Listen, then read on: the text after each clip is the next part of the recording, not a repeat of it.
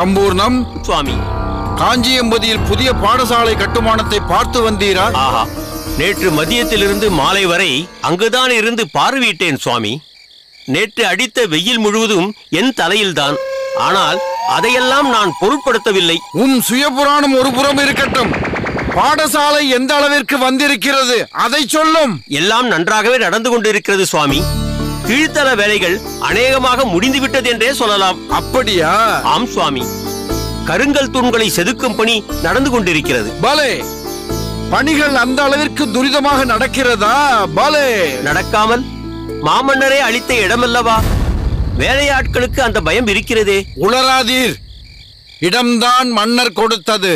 கட்டுமானம் முழுவதும் என் சொந்த காசில் நடக்கிறது. ஒவ்வொரு காசும் என்னுடையது, அதை கவனத்தில் கொள்ளும். அதில் ஒரு காசு சேதாரமானாலும் நான் பொறுக்க மாட்டேன். புரிகிறதா? காசுகள் வரும்போது அதற்கு 2 கால்கள், போகும்போது 100 கால்கள். என்ன சுவாமி, அது எனக்கு தெரியாமல் இருக்குமா? மிகவும் கவனமாகவே இருக்கிறேன். பாடசாலைக்கு மானியமாகவோ அல்லது வேறு வருமானம் மூலமாகவோ எது வந்தாலும் அதை கருத்தாய் கைலாசத்திடம் சேர்ப்பித்து விடுகிறேன். தங்களிடமும் தெரிவித்து விடுகிறேன். கைலாசம் எங்கே போனான் அவன்? அதிகாலையில் பார்த்தது, பிறகு அவன் கண்ணிலேயே காணோமே. வந்துவிட்டேன் குருதேவா. பணிகிறேன் குருதேவா.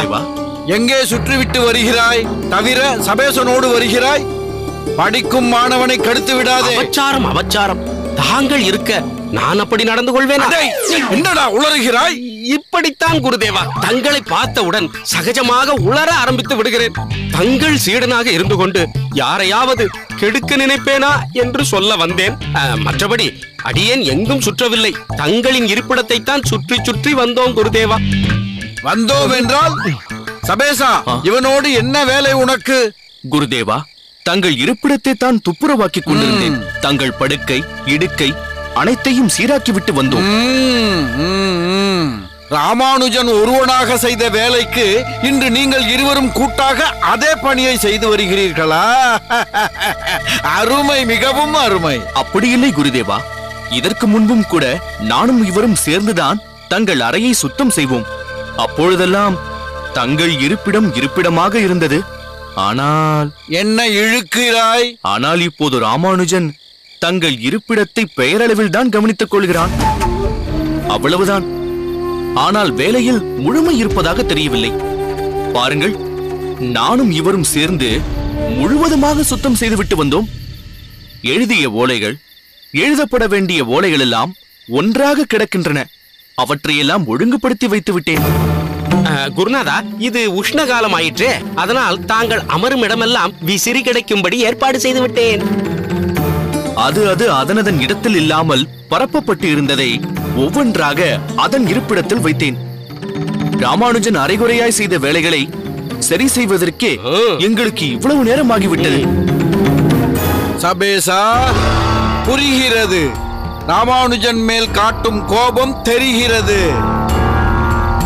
இந்த வேகத்தை நீ வித்தையில் காட்டினால் நன்றாக இருக்கும். குருநாதா, வித்தையில் வேகம் காட்டாமலா தாங்கள் அணிந்த மாலையை பரிசாக பெற்றேன்? அதெல்லாம் சரிதான். ஆனால் அந்த வேகம் குறையக்கூடாது. காலத்திற்கு ஏற்றாற்போல் அறிவில் வளர்ச்சி தென்பட வேண்டுமே. பின்பு அதில் ஒரு முதிர்ச்சி தென்பட வேண்டுமே. சரி, போகட்டும். எதையும் சவாலாக ஏற்று முயற்சி செய். நீயும் சிரத்தை எடுத்து என் இருப்பிடத்தை சுத்தம் செய்திருக்கிறாய். அதை பாராட்டத்தான் வேண்டும். ராமானுஜன் இல்லாத குறையை தீர்க்க முயன்றிருக்கிறாய். அது மிகவும் மெச்சத்தக்கதே. நன்றி குருதேவா. சுவாமி, நேற்றுதான் நான் கவனித்தேன். தங்கள் இருப்பிடத்தில் இருக்கும் தண்ணீர் பானைகள் மிகவும் கரைந்து எந்த நேரத்திலும் உடையும் நிலையில் இருக்கிறது. அப்படியா?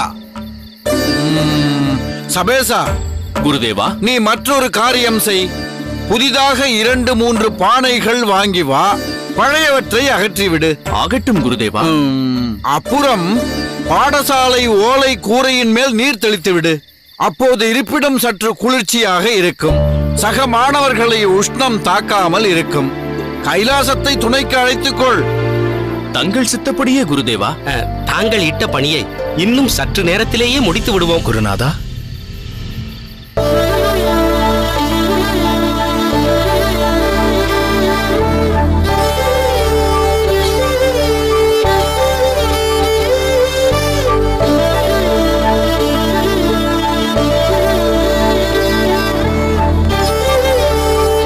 அடியேன்.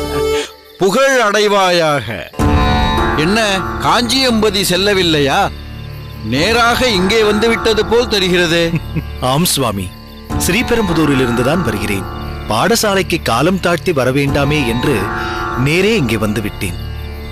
நான் என்ன நினைத்தேன் என்றால், நீ இன்னும் ஓரிரு நாட்கள் கழித்துத்தான் வருவாய், கிரகஸ்தாசிரமத்தில் இருக்கும் நீ வர தாமதமாகும் என்றெல்லாம் எண்ணினேன். ஆனால் அதெல்லாம் பொய்க்கும்படி நீ நேரத்திற்கு வந்துவிட்டாய். சுவாமி, அடியேன் கிரகஸ்தனாக இருந்தாலும் தங்கள் பாடசாலையில் ஒரு வித்தியார்த்தி. இவ்விடத்தில் பிரம்மச்சரிய ஆசிரமத்தை இன்னமும் கடைபிடித்து கல்வியில் மேம்பாடு அடைய வேண்டும். அதுவே அடியேனின் தலையாய கடமை. கல்வியில் நீ காட்டும் ஊக்கமும் பற்றும் அலாதியானது. சரி, உன் அகத்தில் எல்லோருக்கும் சந்தோஷம்தானே? குறிப்பாக உன் தகப்பனார் சோமயாஜி சுவாமி என்னிடம் வந்து சேர்ந்தது பற்றி என்ன சொன்னார்?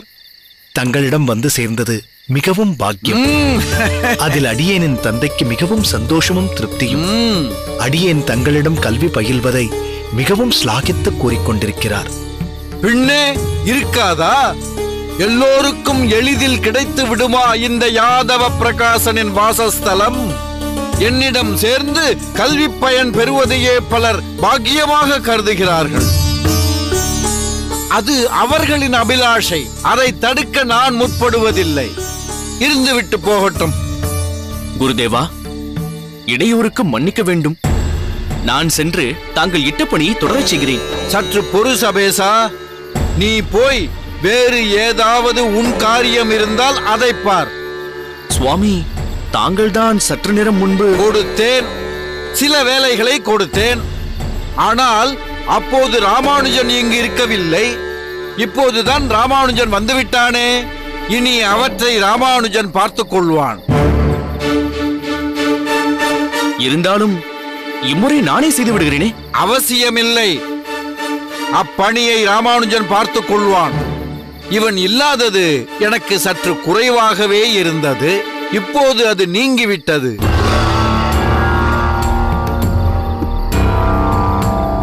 சபேசா, நீ என்ன வேண்டுமானாலும் நினைத்துக்கொள். ராமானுஜனுக்கென்று ஒரு தனி பக்குவம் இருக்கிறதடா. அவனுடைய இருப்பு எனக்கு தேவைப்படுகிறது. புரிகிறதா? 2-3 நாட்கள் அவன் இல்லாத வெறுமை இவனை பார்த்ததும் சட்டென்று தீர்ந்தது போல் இருக்கிறது. இப்போது நீ புறப்படு. அதே சமயத்தில் நீயும் தாராளமாக சேவை பண்ணலாம். நான் வேண்டாம் என்று சொல்ல வரவில்லை. ராமானுஜன் இங்கு இல்லாத போது நீ பணி செய்யலாம். மறுபடியும் அவன் ஊருக்கு போகும்போது நீ சேவை செய்யலாம். அவன் இல்லை என்றால் நீ. புரிந்ததா? குருதேவா, தாங்கள் அடியேனுக்கு இட்ட பணி என்ன என்று அறிய மிகவும் ஆவலாயிருக்கிறேன். ராமானுஜா, கால நேரத்திற்குள் வரவேண்டும் என்று நீ வேகமாக வந்திருப்பாய். நீ உடனே பணி எதையும் உன் தலையில் போட்டுக்கொள்ள வேண்டாம். பயண களைப்பு வேறு. நீ இன்று போய் ஓய்வு எடுத்துக்கொண்டு நாளை முதல் உன் குரு சேவையை தொடரலாம். இதோ இவர்களே இன்றைக்கு உண்டான பணிகளை செய்து விட்டார்கள். சரியா? சரி குருதேவா.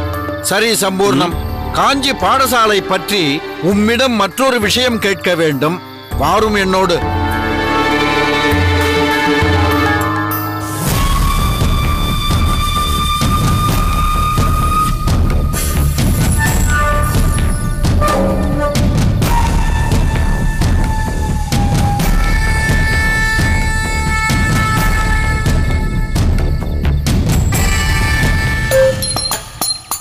என்ன கீர்த்திவாசா, ஏன் இப்படி நடக்கிறாய்?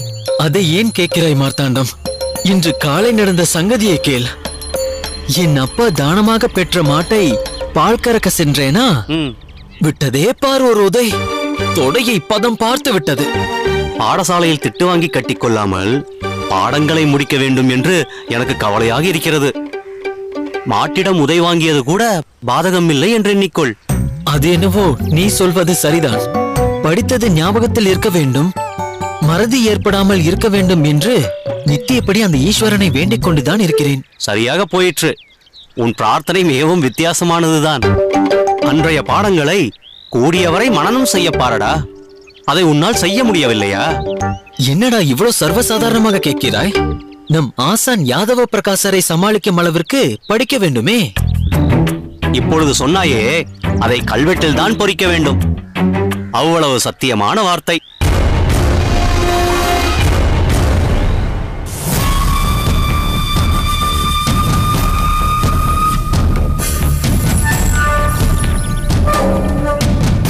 அங்கே பார், அது நம் சபேசன் தானே? ஆமாம், அவனேதான். அவன் முகமே சரியில்லை போல் இருக்கிறதே. சரி வா, போய் பார்ப்போம். சபேசா, என்னடா இங்கே இருக்கிறாய்? என்னடா ஆயிற்று உனக்கு? பதில் பேச மாட்டாயா? இனி ஆவதற்கு என்ன இருக்கிறது? மானம் மரியாதை எல்லாம் என்னை விட்டு போக ஆரம்பித்து விட்டது. பட்டுப்போன மரம் போலாகிவிட்டது என்னுடைய நிலைமை. என்ன சபேசா, இவ்வளவு விரக்தியாய் பேசுகிறாய்? நீ இப்படியெல்லாம் பேச மாட்டாயே. பாடசாலைக்கு போகாமல் இங்கே என்ன செய்து கொண்டிருக்கிறாய்? வா போகலாம். நீங்கள் செல்லுங்கள். இப்போது நான் பாடசாலைக்கு வரும் மனநிலையில் இல்லை. சபேசா, என்ன சொல்கிறாய்? பாடசாலைக்கு முதலில் வந்து அமர்ந்திருப்பவனாயிற்றே நீ. பாடசாலைக்கு மட்டுமல்ல, எல்லாவற்றிலும் நான் தான் முதலில் நிற்பவனாக, முதல் தரத்தில் இருப்பவனாக இருந்தேன். ஆனால் இன்றைக்கு நான் 2ஆம் தர மாணவனாகிவிட்டேன். ஏனடா இப்படி பேசுகிறாய்? நீ எப்படி 2ஆம் தர மாணவனாக ஆனாய்? ஆகவில்லை, ஆக்கிவிட்டானவன். நீ யாரை சொல்கிறாய்? வேறு யார்? அதான் ஸ்ரீபெரும்புத்தூரிலிருந்து வந்திருக்கிறானே, ராமானுஜன். அவன் அவனுடைய ஊரிலேயே படித்து தொலைக்க வேண்டியதுதானே. வந்து விட்டான் இங்கு வேதாந்தம் கற்றுக்கொள்ள, என்னை 2ஆம் தர நிலைக்கு தள்ளிவிடுவதற்கு. சபேசா, பாடசாலை என்று இருந்தால் பல பேர் புதிதாக சேரத்தான் செய்வார்கள். அதில் சிலர் திறமைசாலிகளாகத்தான் இருப்பார்கள். நீ ஏனடா அந்த ராமானுஜனை போட்டியாக எடுத்துக் கொள்கிறாய்? அதானே, இவ்வளவு நாள் நீ எதிலும் முதலாவதாகத்தானே இருந்தாய். ஆனால் என்றுமே நாங்கள் உன்னை போட்டியாக எண்ணவில்லையே. நீங்கள் எண்ண மாட்டீர்கள். 2ஓ 3ஓ ஏன் 4ஆம் நிலைக்கு தள்ளப்பட்டாலும் நீங்கள் கவலைப்பட போவதில்லை. உங்கள் சுபாவம் அப்படி. ஆனால் நான் அப்படி அல்ல.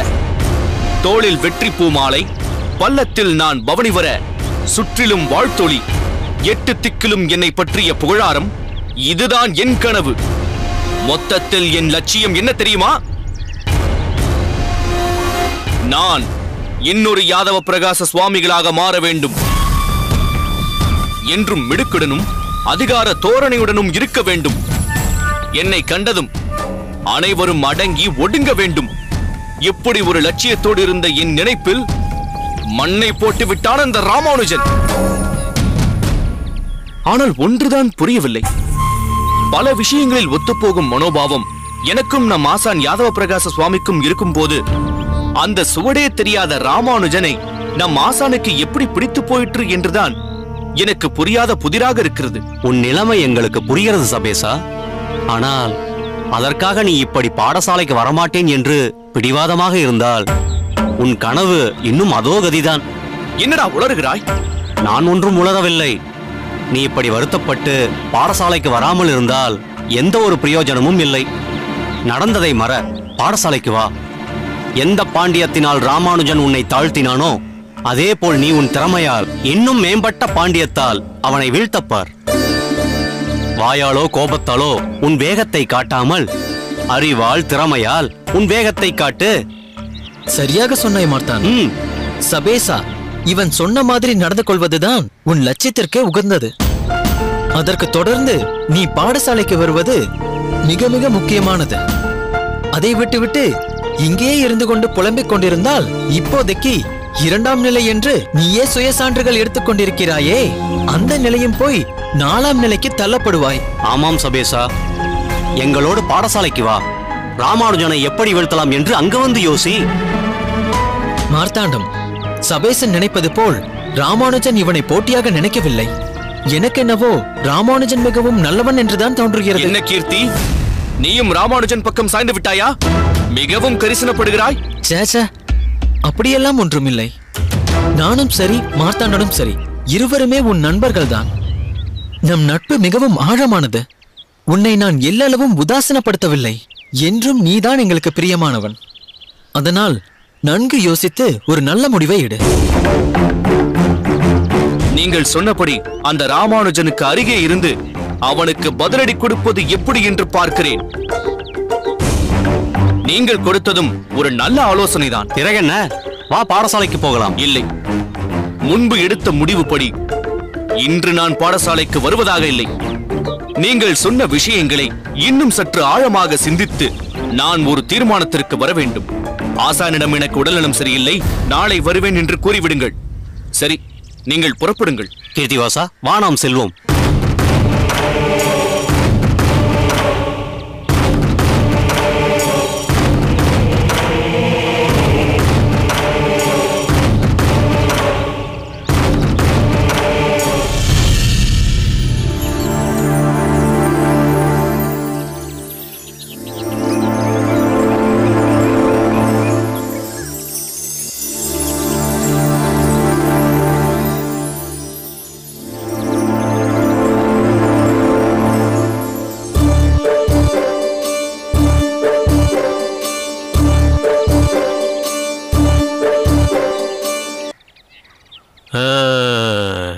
கைலாசா, குருநாதா,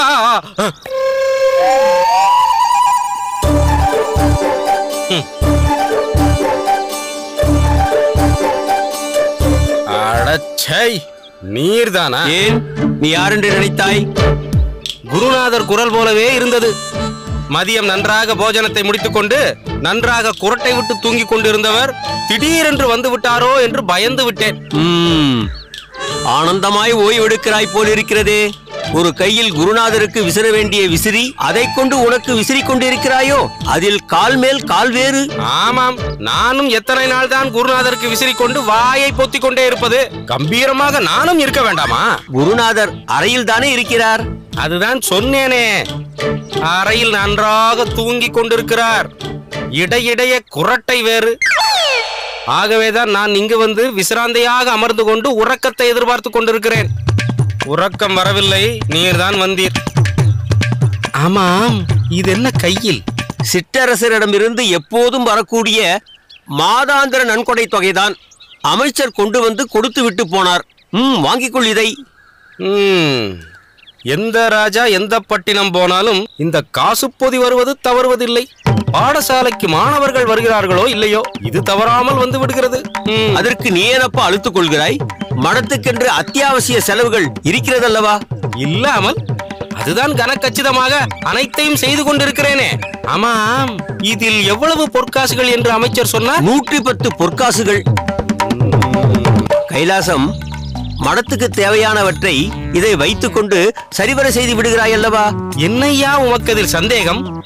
என்னென்ன செலவுகள் என்று நீர்தானே ஓலையில் குறித்து வைக்கிறீர். நீ சொல்கிறாய், நான் பதிவு செய்கிறேன். ஏன், அதையெல்லாம் சோதிக்க வேண்டும் என்ற ஆசையா உமக்கு? சேச்சே, அப்படியெல்லாம் ஒன்றுமில்லை.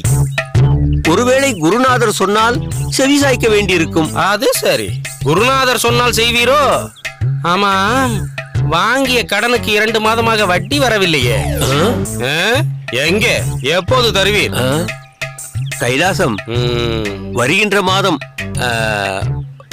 மாதத்துக்கு அடுத்த மாதம் தந்து விடுகின்றேன். இதை பேசும்போது மட்டும் வார்த்தைகள் கோர்வையாக வர மறுக்கின்றது, அப்படித்தானே? அப்படியெல்லாம் ஒன்றுமில்லை. சரி, போகட்டும். 2 மாதம் கழித்தே கொடும். என்ன, வட்டியும் 2 மடங்கு அதிகமாகும். நீர் 2 மாதம் கழித்தே கொடும். என்னப்பா இது, 2 மடங்கு வட்டி என்று வயிற்றில் புளியை கரைக்கின்றாயே. சரி, 2 மடங்கு இல்லை, போதுமா? அப்பாடா, 1.5 மடங்கு தான். ஐயோ, ரொம்பவும் அதிர்ச்சியை வெளிப்படுத்தாமல் இரும். நீர் போடும் சத்தத்தில் குருநாதர் விழித்து விட போகிறார். சுவாமி,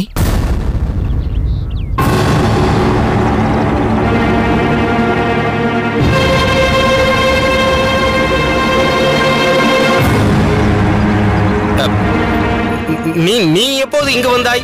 அடியேன் எப்போதோ வந்துவிட்டேன். அது சரி, இங்கு எதற்காக வந்தாய்? குருநாதர் உறங்கிக் கொண்டிருக்கிறார். அப்படியா? ஒன்றுமில்லை, குருநாதரின் வஸ்திரங்களை துவைப்பதற்கு எடுத்துச் செல்ல வேண்டும். அதற்காகத்தான் வந்தேன். போய் எடுத்துக்கொள். சற்று நில். குருநாதரின் உறக்கத்தை கெடுக்காமல் பதவிசாக காரியத்தை செய். புரிகிறதா? ஆகட்டும் சுவாமி. செல். ஏதோ அவர் உறங்கும் போதுதான் நான் நிம்மதியாக ஓய்வெடுக்க முடிகிறது. அவருக்கு பணிவிடை செய்கிறேன் என்று இவன் அவரை எழுப்பிவிட்டால் பின்னர் அவருக்கு நான் பணிவிடை செய்யும் சூழ்நிலை ஏற்பட்டுவிடும். சம்பூரணம், அவன் நமது பேச்சை ஏதேனும் கேட்டிருப்பானோ? அப்படியொன்றும் தெரியவில்லையே. இருந்தாலும் நாம் என்ன தவறாக பேசிவிட்டோம்? சரியாக போயிற்று. என்னிடம் கடன் வாங்கியதை பற்றி பேசிக் கொண்டிருந்தீரே. ஐயோ, செத்தேன். அடங்கும், குரலை அடக்கும். திடீரென்று பதைபதைப்பாய் வாயாலேயே கடன் வாங்கியதை உளறிவிடப் போகிறீர். கடனாக என்னிடம் தொகை வாங்கிக் கொண்டிருப்பது தெரிந்தால் என்ன ஆகும் நிலைமை? சரி சரி, எனக்கு உறக்கம் வருகிறது. முதலில் நீர் இங்கிருந்து புறப்படும். சரி.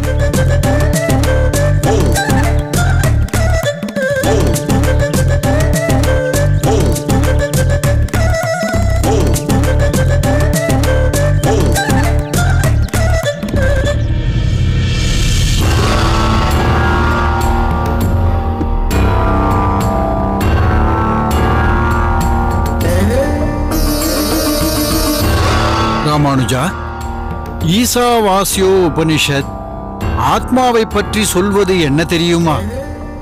ததே ஜதி தன்னை ஜதி தத்தூரே தன்வந்திகே ததந்தரஸ்ய சர்வஸ்ய தது சர்வஸ்யாஸ்ய பாஹ்யதக.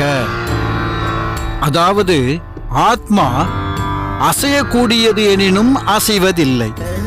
அது தூரத்திலும் இருக்கும், மிக அருகிலும் இருக்கும், அனைத்திற்கும் உள்ளிலும் இருக்கும், வெளியிலும் இருக்கும். குருதேவா, இது மிகவும் சூட்சமமான ஒரு வாக்கியம். ஆத்மாவின் இயல்பை கண்ணபெருமானும் தன் உபதேசத்தில் குறிப்பிடுகிறார். நைனம் சிந்தந்தி சஸ்திராணி நைனம் தகதி பாவகः நச்சைனம் கிளேதயந்த்யாபோ நாசோஷயதி மாருதः.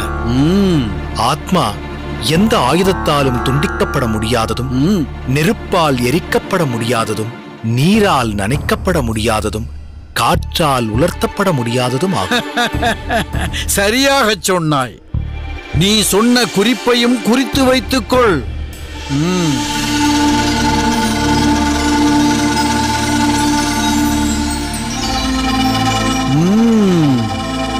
இந்த உபனிஷத் வாக்கியத்தை பார்த்தாயா? இவ்வுலகில் பாடுபட்டு சிரமப்பட்டு நாம் சம்பாதிக்கும் பௌதீக வஸ்துக்கள் நாம் எதிர்பாராமல் பல நேரங்களில் நம்மை விட்டு போய்விடுகிறது. அதேபோல் பரம் என்று சொல்லப்படுகின்ற உயர்ந்த லோகத்தில் புண்ணிய செயல்களின் மூலம் நாம் பெற்ற போகப் பொருளும் அகன்று விடுகிறது. இது சாந்தோக்கிய உபனிஷத் வாக்கியம். அன்று தாங்கள் ஒரு வாக்கியத்தை முண்டக உபனிஷத்திலிருந்து தெரிவித்தீர்களே, பரீட்ச லோகான் கர்மச்சிதான் பிராமணோ நிர்வேதமாயாத் நாஸ்திய கிருதா கிருதேனஹா. சான்றோன் ஒருவன் எந்த விதத்தில் புண்ணிய கர்மங்களை செய்தால் எப்படிப்பட்ட உயர்ந்த லோகங்களை அடையலாம் என்பதை சாஸ்திரங்களின் மூலம் தெரிந்து வைத்துக் கொள்ள வேண்டும். அப்போதுதான் அவன் சென்றடையும் இலக்கில் அவனுக்கு ஒரு தெளிவு கிடைக்கும். ஆனால் வெறும் புண்ணிய கர்மங்களை செய்தால் உயர்ந்த லோகங்களை அடையலாம், பரபிரம்மத்தை அடைய முடியாது என்பதையும் அவன் தெரிந்து வைத்துக் கொள்ள வேண்டும். பரபிரம்மத்தை அடைய பற்றற்ற நிலையில் செயல்படும் நிஷ்காம கர்ம செயல்கள் வேண்டும் என்று இந்த வாக்கியம் சொல்வதாக தாங்கள் அன்று குறிப்பிட்டீர்கள். தாங்கள் முதலில் குறிப்பிட்ட சாந்தோக்கிய உபனிஷத வாக்கியத்திலிருந்து இந்த முண்டக உபனிஷத வாக்கியம் ஒத்துப்போகிறது என்று தோன்றுகிறது குருதேவா. அபாரம் ராமானுஜா, அபாரம். மிகவும் சரியாக சொன்னாய். நல்ல ஞாபக சக்தி உனக்கு. அது தங்களின் அனுகிரகம் குருதேவா. நன்கு மனதில் பதியும்படி தாங்கள் அல்லவா பாடத்தை போதித்தீர்கள். உண்மையை உணர்ந்து பேசுகிறாய். குருவின் உயர்வை உணர்ந்தவன் நீ. வந்தனம் குருதேவா. அடே கைலாசம், வெகு நேரமாக உன்னை காணவில்லை. எங்கோ தலையை காட்டுவது இங்கு வாளை காட்டுவது என்ற வகையில் ஊர் சுற்றிவிட்டு வருகிறாயா? நேரே பார்த்ததும் வந்தனம் குருதேவா என்று குழைய வேண்டியது உன்னை எல்லாம். ஐயோ தொலைந்தேன் குருதேவா. அவசரப்பட்டு சாபமெல்லாம் கொடுத்து விடாதீர்கள். தங்களை விட்டால் எனக்கு வேறு யார் இருக்கிறார்கள்? தங்கள் காரியமாகத்தான் வெளி வேலைக்கு சென்றிருந்தேன். பீடிகை போடாதே, விஷயத்தை சொல். சுவாமி, சமீபத்தில் வந்த நன்கொடை தொகையை சம்பூரணம் என்னிடம் வந்து கொடுத்தார். சரி, அதில் ஒரு தொகையை நம் பாடசாலை பராமரிப்பிற்கென்று வழக்கமாக கொடுக்க வேண்டியதை கொடுத்து விட்டேன். சரி. மற்றொரு குறிப்பிட்ட தொகையை நம் காஞ்சியம்பதி பாடசாலை கட்டிடப் பணிக்காக மேற்பார்வையாளரிடம் கொடுத்து விட்டு வந்தேன். சரி. மீதமுள்ள தொகையை என்ன செய்தாய்? அதை பத்திரமாக மற்ற கையிருப்பு தொகையோடு சேர்த்து வைத்திருக்கிறேன் குருதேவா. இதன் விவரங்களை எல்லாம் நான் எப்படி அறிவது? விவரங்களை மனப்பாடமாக சொல்ல போகிறாயா? குருதேவா, தங்கள் உத்தரவுப்படி கணக்கு வழக்குகளை சம்பூரணத்திடம் தெரிவித்து அவர் கைப்பட ஓலையில் எழுதி வைத்துள்ளார். தாங்கள் எப்பொழுது வேண்டுமானாலும் சரிபார்த்துக் கொள்ளலாம். அதை ஒரு நாள் தனியாக ஆராய்கிறேன். சரி, கடைசியாக வந்த நன்கொடை தொகை எவ்வளவு? அந்த தொகையா? 100 பொன் வந்தது குருதேவா. ஆமாம், இதில் எவ்வளவு பொற்காசுகள் என்று அமைச்சர் சொன்னார்? 110 பொற்காசுகள். அப்படியா? சரி, நீ போய் வாணியராயன் மாணிக்கத்திடம் நான் சொன்னேன் என்று 5 ஆழாக்கு செக்கிலாட்டிய எள் எண்ணெயை வாங்கி கொண்டு வா போ. உத்தரவு குருதேவா.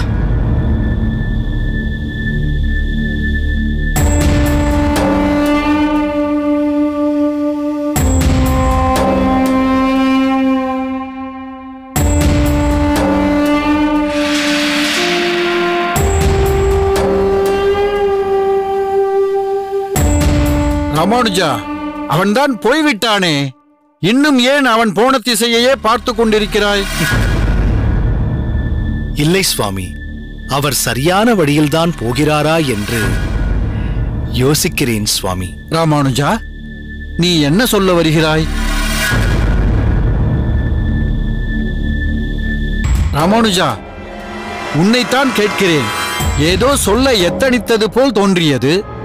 பிறகு ஏன் மௌனமாக ஆகிவிட்டாய்? இல்லை, ஒரு விஷயத்தை தங்களிடம் தெரிவிக்க வேண்டும். இருப்பினும் அச்செயல் சரியா தவறா என்று சற்று தடுமாறுகிறேன் சுவாமி. ராமானுஜா, உன் எதிரில் இருப்பது உன் குருநாதர். பிறகு ஏன் தயக்கம்? எதுவாக இருந்தாலும் என்னிடம் தெரிவிக்கலாம். தாங்கள் சொல்வது சரிதான் சுவாமி. மனதில் உள்ளதையும் தெரிந்த உண்மைகளையும் குருநாதரிடம் மறைக்காமல் தெரியப்படுத்துவதுதான் குரு விசுவாசம். எனவே அடியேன் அறிந்த உண்மையை தங்களிடம் தெரிவிக்க வேண்டியதுதான் முறை. இப்போது வந்து சென்றாரே கைலாசம். ஆமாம், கைலாசம். என்ன பண்ணினான் அவன்? சொல். சற்று நேரத்திற்கு முன் நன்கொடை தொகை எவ்வளவு என்று தாங்கள் வினவினீர்கள் அல்லவா? ஆமாம், வினவினேன். அதற்கு அவர் மொத்த தொகை 100 பொன் என்றார் அல்லவா? ஆமாம். ஆனால் வந்த நன்கொடை தொகை 100 பொன் அல்ல. பிறகு எவ்வளவு? 110 பொன். ராமானுஜா, நீ நிஜமாகத்தான் சொல்கிறாயா? உனக்கு எப்படி தெரியும்? அது அடியேனுக்கு நன்றாக தெரியும். அன்று அத்தொகையை ஆசான் சம்பூர்ண சுவாமிகள் காசுத்தொகை பொதியை கைலாசத்திடம் கொடுக்கும் சமயம் யதார்த்தமாக அடியேன் அவ்விடத்திற்கு வந்தேன். மொத்த தொகை எவ்வளவு என்பதை பற்றிய சம்பாஷணை அடியேன் காதில் விழுந்தது. ஆனால் 110 பொற்காசுகளை கைலாசம் ஏன் 100 பொற்காசுகள் என்று சொன்னார் என்பதுதான் அடியேனுக்கு புரியவில்லை. என்னிடமே அந்த கைலாசம் அயோக்கியத்தனம் செய்கிறானா? அவனை... சுவாமியின் கோபம் தணிய வேண்டும். அவசரப்பட்டு அவரை ஏதும் தண்டித்து விட வேண்டாம். ஒரு முறை மன்னித்து விடுங்கள் சுவாமி. ராமானுஜா, நீ பார்த்தது ஒரு முறை. ஆனால் அவன் கையாடல் செய்தது எத்தனை முறை இருக்குமோ அதை பொறுத்துதான் என்னுடைய கண்டிப்பும் தண்டனையும் இருக்கும். இவ்விஷயத்தை என்னிடம் விட்டுவிடு. இந்த யாதவ பிரகாசன் வழக்கை விசாரிக்கும் வழியே தனித்துவம் வாய்ந்தது. பொறுத்திருந்து பார். சரி, நீ செல், நான் பிறகு உன்னை அழைக்கிறேன்.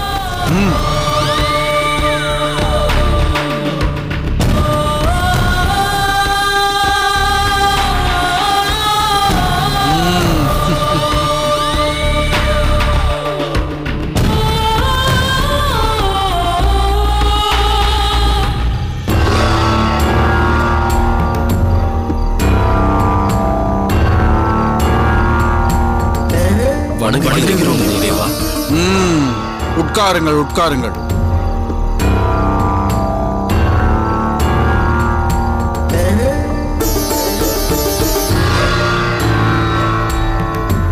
மாணவர்களே, வகுப்பு முடிந்தும் உங்களை எல்லாம் ஏன் இன்னும் இங்கேயே இருக்கச் சொல்லி இருக்கிறேன் தெரியுமா? அதை அறிய ஆவலாக இருக்கிறோம் சுவாமி. காரணம் என்னவென்றால், சிறப்பு மாணவர்களான நீங்கள் சமஸ்கிருத இலக்கணத்தில் அடுத்த நிலைக்கு செல்ல வேண்டும் என்று விரும்புகிறேன். எனவேதான் இந்த பிரத்யேக கலந்துரையாடல். இதில் இலக்கணம், சொற்றொடர் அமைப்பு போன்ற பல விஷயங்கள் பேசலாம். தாங்கள் சொன்னது போல இந்த சிறப்பு வகுப்பில் ஆர்வமும் ஈடுபாடும் அதிகரிக்கிறது குருதேவா. உட்கார். இந்த ஆர்வத்தினால்தான் இலக்கணத்தில் ஈடுபாடும் ஈர்ப்பும் உள்ள குறிப்பிட்ட சிலரை மட்டும் இங்கு அமர்த்தி இருக்கிறேன். நீங்களும் பயமும் பதட்டமும் இன்றி உங்கள் திறமைகளை வெளிப்படுத்தலாம். அதில் தவறுகள் இருந்தால் அதை நானே நேரடியாக திருத்தமும் செய்வேன். குருதேவா, இலக்கணம் என்பது கூடியவரை கவியேற்றுவதற்குத்தானே பயன்படும். ஏன், வாதங்கள் புரிவதற்கும் இலக்கணம் இன்றியமையாதது. பிரதிவாதங்களின் போது இலக்கண பிழை ஏற்பட்டால் வாதம் பக்கவாதமாக போய்விடும். சரி, போகட்டும். இனி பாடத்தை துவங்கலாம். மேம்பட்ட உயர் வகுப்புகளுக்கு செல்லும் வேளையில் சில பேர் ஆரம்ப பாடங்களையே மறந்து விடுகிறார்கள். உச்சரிப்பும் கர்ண கொடூரமாக ஆகிவிடுகிறது. எனவே அதை சற்று இப்போது சோதித்து விடுவோம். யாராவது தவறாக உச்சரித்தால் அதை மற்ற மாணவர்கள் கண்டுபிடித்து சரியாக உச்சரிக்க வேண்டும். கீர்த்திவாசா, நீ ககார வரிசையை சொல். கக்க கக்கங்க. சரியாக உச்சரித்தாய். உட்கார். கோவிந்தா, நீ டகார வரிசையை சொல்.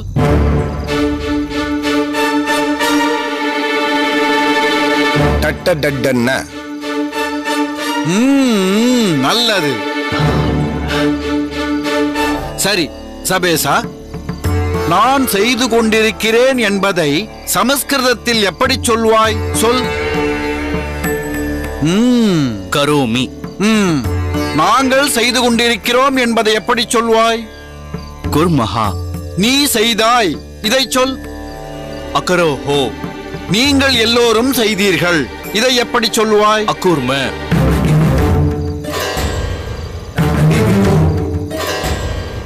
இல்லை குருதேவா, அது தவறு.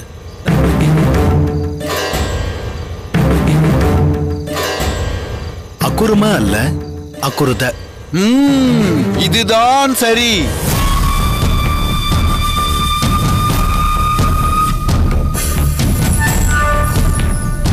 சபேசா, பஞ்ச அமிர்தங்கள் எவை? சொல். ஷீரம், ததி, கிருதம், மது, சர்க்கரா. அதாவது பால், தயிர், நெய், தேன் மற்றும் சர்க்கரை. மிகவும் சரியாக சொன்னாய். சரி ராமானுஜா, பஞ்ச கோஷங்கள் என்ன என்ன? அன்னமய, பிராணமய, மனோமய, விஞ்ஞானமய மற்றும் ஆனந்தமய. இவையே பஞ்ச கோஷங்கள் சுவாமி. அருமை அருமை. அதுபோல் பஞ்ச பிராணங்கள் எவை? பிராண, அபான, வியான, உதான மற்றும் சமான. அருமை, அற்புதம். உட்கார். மாணவர்களே, அடிப்படை அறிவு சார்ந்த கேள்விக்கான பதிலை மிகவும் திருப்தியாகவே அளித்துள்ளீர்கள். மேலும் உச்சரிப்பும் அதன் அர்த்த விசேஷங்களும் கூட ஒரு மொழிக்கு மிகவும் முக்கியம். இப்போது ஒரு வேத சப்தத்தை நான் மொழிகிறேன், கேளுங்கள். ஹேதத் சாமகாயன் நாஸ்தே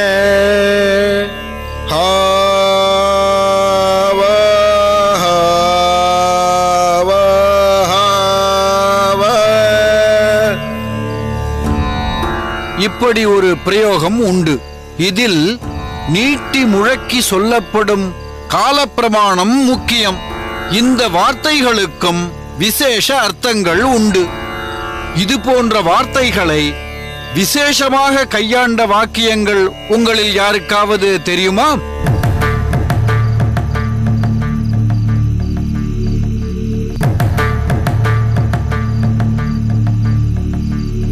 சுவாமி, அடியேன் ஒரு ஸ்லோகம் சொல்ல விரும்புகிறேன். சொல் பார்க்கலாம். நனோன நுண்ணோ நுண்ணோ நோ நானா நானா நனான நு நுண்ணோ நுண்ணோ நுணுன்னேனோ நானே நா நுண்ண நுண்ண நுத்து.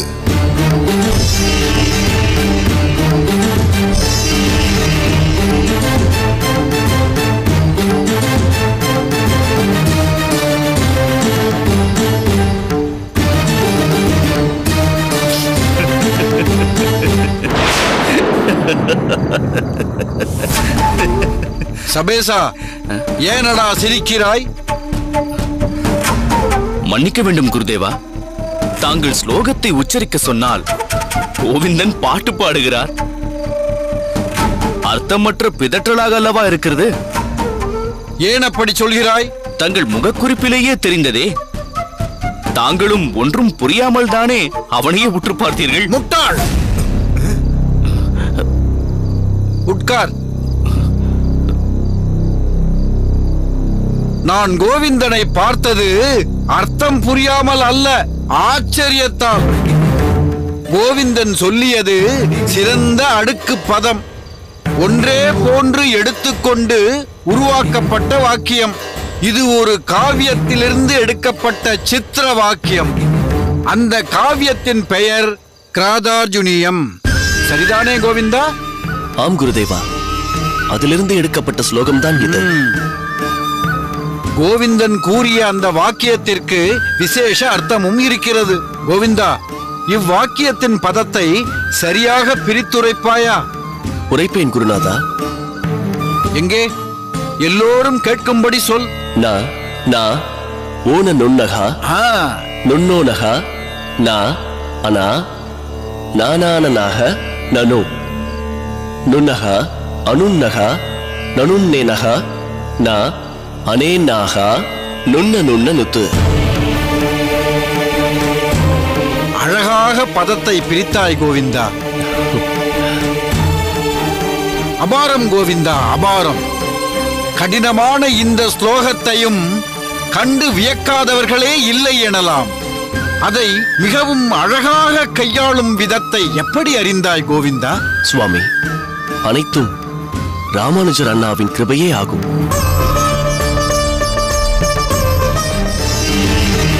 அவர்தான் இக்காவிய விஷயங்களை அடியனுக்கு போதித்தார். பலே ராமானுஜா, பலே! பிரமாதமாக போதித்து பயப்படாமல் சபையில் சொல்லும்படி கோவிந்தனை தயார் செய்திருக்கிறாய். ஏதேது நான் இங்கு பலபடியாக பாடம் நடத்துகிறேன் என்றால் நீ தனியாக வேறு பாடம் நடத்துகிறாயா? ராமானுஜா, எனக்கு போட்டியாக இந்த திருப்பூட்குழியிலேயே ஒரு பாடசாலையை தொடங்கி விடுவாய் போலிருக்கிறது. அப்படியெல்லாம் இல்லை சுவாமி. ஏதோ அடியேன் படித்ததை ஆர்வம் மிகுந்த தம்பி ஆயிற்றே என்று அவ்வப்போது இவனுக்கு சொல்லிக் கொடுப்பதுண்டு. இவனும் அதை நன்கு கிரகித்துக் கொள்வான். மற்றபடி அடியேனுக்கு வேறு அபிப்பிராயங்கள் ஏதும் இல்லை. நான் ஒரு வேடிக்கைக்காகத்தான் இப்படி கூறினேன். உட்காருங்கள், உட்காருங்கள். ராமானுஜா, நீ மிகவும் புத்திசாலி. எனக்கும் புத்திசாலிகளை மிகவும் பிடிக்கும். ஏனென்றால் நானும் புத்திசாலி. மாணவர்களே, இப்படி பல விஷயங்களை கற்று ராமானுஜன் கோவிந்தனைப் போல் நன்கு மனதில் நிறுத்திக் கொள்ள வேண்டும். கேட்கும்போது மடை திறந்த வெள்ளம் போல் பல சங்கதிகளை படபடவென அவிழ்த்து விட வேண்டும். இடையூறுக்கு பொறுத்தருள வேண்டும் சுவாமி.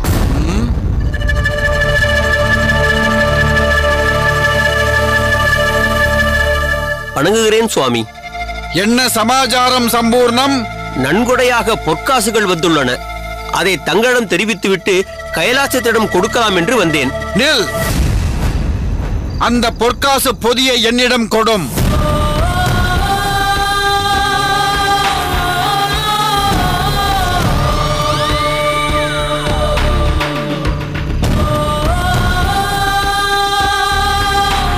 என்ன யோசிக்கிறீர்? கொடும்.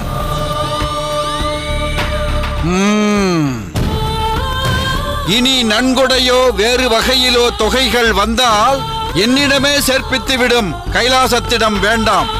ஒருவேளை தாங்கள் ஊரில் இல்லை என்றால் கைலாசத்திடம் சேர்ப்பித்து விடலாமா? வேண்டாம். ஒருவேளை நான் ஊரில் இல்லை என்றால் கோவிந்தனிடம் சேர்ப்பித்து விடும். உத்தரவு சுவாமி. கோவிந்தா, இனி நீதான் மடத்திற்கு வரும் தொகைகளை கணக்கு வைத்துக் கொள்ளப் போகிறவன். ராமானுஜன் என் அந்தரங்க சீடன் என்றால் நீதான் என் மடத்தின் ஆஸ்திகளை பராமரிக்கப் போகும் ஆஸ்தான சீடன்.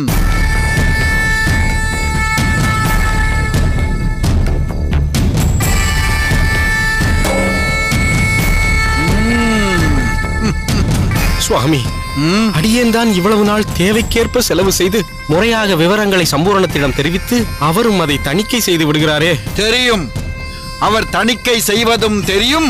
நீ தொகையில் ஒரு பகுதியை உனக்காக தனியாக ஒதுக்கிக் கொள்வதும் தெரியும். அது யாருக்கு, எவ்விதத்தில், எந்த ரூபத்தில் போகிறது என்பதும் எனக்கு தெரியும். அச்சச்சோ, அப்படியெல்லாம் ஒன்றுமில்லை சுவாமி. யாரோ தங்களிடம் தவறாக கோள் மூட்டி இருக்கிறார்கள். போதும். நீ யாரிடத்தில் பேசிக் கொண்டிருக்கிறாய் என்பது மறந்து விட்டதா? யாதவ பிரகாசனிடத்தில். உன்னை இப்போதும் மடத்தில் வைத்துக் கொண்டு எனக்கு விசிறி வீச அனுமதித்திருக்கிறேனே, அதுவே அதிகம்.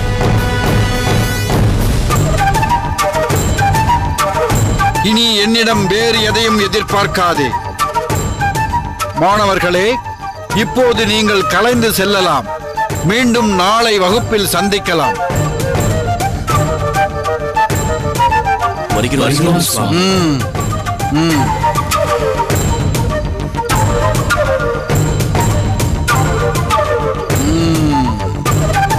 நில்! நீ எங்கு வருகிறாய்? தங்களுடன் தங்கள் அறைக்கு. வேண்டாம், என் அறைக்கு நீ இப்போது வர வேண்டாம். உன் அறைக்கு செல். நாளை காலையில் சந்திப்போம்.